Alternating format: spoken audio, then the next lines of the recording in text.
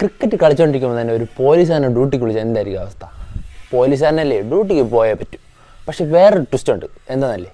ബാ പറഞ്ഞുതരാം. ഇന്നത്തെ match Nagercoil DPM super kings ഗ്രൗണ്ടിലായിരുന്നു കളിക്കാൻ പോകുന്നത്. White ബോളിലായിരുന്നു match. ടോസ് നമുക്ക് കിട്ടി, നമ്മൾ ഫീൽഡിംഗ് ചൂസ് ചെയ്തു. ഈ കൂട്ടം കൂടി നിൽക്കുന്നത് തന്ത്രങ്ങൾ മെനയാൻ വേണ്ടിയാണ്. ഓരോ ടീമിനും ഓരോ തന്ത്രങ്ങൾ. ഈ തന്ത്രങ്ങളെല്ലാം നടന്നാൽ മതിയായിരുന്നു. എന്നിട്ട് 16ാമത്തെ ഓവർ ആയപ്പോ തന്നെ വിശാലിന് ഒരു കോൾ വരുന്നു, ഇപ്പൊ തന്നെ ഡ്യൂട്ടിക്ക് വരണമെന്ന് പറഞ്ഞ്. 20 ഓവർ കംപ്ലീറ്റ് ആയി. 158 റൺസ് വേണം ജയിക്കാൻ വേണ്ടി. വിശാൽ ചേട്ടനും അഖിൽ ചേട്ടനും കൂടെ അങ്ങോട്ട് ഇറങ്ങി ഓപ്പണിംഗ് ലൈക്ക് വിശാലിട്ട് എടുക്കാന്നും കൂടെ പറഞ്ഞു. പിന്നെ ഉറപ്പായി പെട്ടെന്ന് ഔട്ടായി വരേണ്ട പ്ലാനാണെന്ന്. ഞാൻ തായി പോകുന്നത് ലെഗ് അമ്പയർ നിൽക്കാൻ വേണ്ടിയാണ്. ലെഗ് അമ്പയർ എന്ന വേറൊരു ഗുണവും കൂടെ ഉണ്ട്, വീഡിയോയും കൂടി എടുക്കാം. പക്ഷെ നമ്മളെ പ്ലാനുകളെല്ലാം തെറ്റിച്ചുകൊണ്ട് വിശാലിന് വേറൊരു പ്ലാൻ ഉണ്ടായിരുന്നു. ആദ്യമേ അടിച്ചു തുടങ്ങി. വിശാലട്ടൻ 25 ബോൾ 50 റൺസ് ഒക്കെയാണ് അടിച്ചത്. 50 അടിച്ചിട്ട് 6ാമത്തെ ബോൾ എന്തായപ്പോ തുടയിൽ കൊണ്ട് ചെറുതായിട്ടൊന്ന് വീണായിരുന്നു വിശാഖേട്ടൻ. കുഴപ്പമില്ലതുകൊണ്ടാന്ന് കേട്ടപ്പോ കുഴപ്പമൊന്നുമില്ല, എനിക്ക് ഡ്യൂട്ടിക്ക് പോകണമെന്നാണ് പറഞ്ഞത്. ഇത്ര ആത്മാർത്ഥതയുള്ള പോലീസുകാരനെ ഇപ്പോഴാണ് ഞാനൊന്ന് കൺകുളിർക്ക കാണുന്നത് തന്നെ. വിശാഖേട്ടൻ റിട്ടയർഡ് ഹെർട്ട് വിളിച്ച് മാറിയിട്ടുണ്ടായിരുന്നു. അടുത്ത് നമ്മളെ അഖിൽ ജേവി ചേട്ടൻ അപ്പുറത്തെ സൈഡിൽ നിന്ന് തുടങ്ങിയിട്ടുണ്ടായിരുന്നു. അഖിൽ ചേട്ടൻ 32 ബോൾ 46 റൺസ് അടിച്ചിട്ടുണ്ടായിരുന്നു. അങ്ങനെ 15 ഓവർ ആയപ്പോ തന്നെ ടീം ജയിച്ചിട്ടുണ്ടായിരുന്നു. Man of the match Ajin P Vishakha ആയിരുന്നു. വിശാഖ ഇവിടെയില്ല, ആ ബോൾ കൊണ്ടുവരണ തന്നെ വിശാഖൻ ഡ്യൂട്ടിക്ക് വേണ്ടി ഓടിയിട്ടുണ്ടായിരുന്നു. അങ്ങനെ ഒന്ന് കൂടിയിട്ട് നേരെ അടുത്ത മാച്ചിലേക്ക്. അപ്പോൾ ഇന്നത്തേക്ക് ഇത്രയുള്ളൂ. വീഡിയോ ഇഷ്ടപ്പെട്ടെങ്കിൽ ഫോളോ ചെയ്യുക.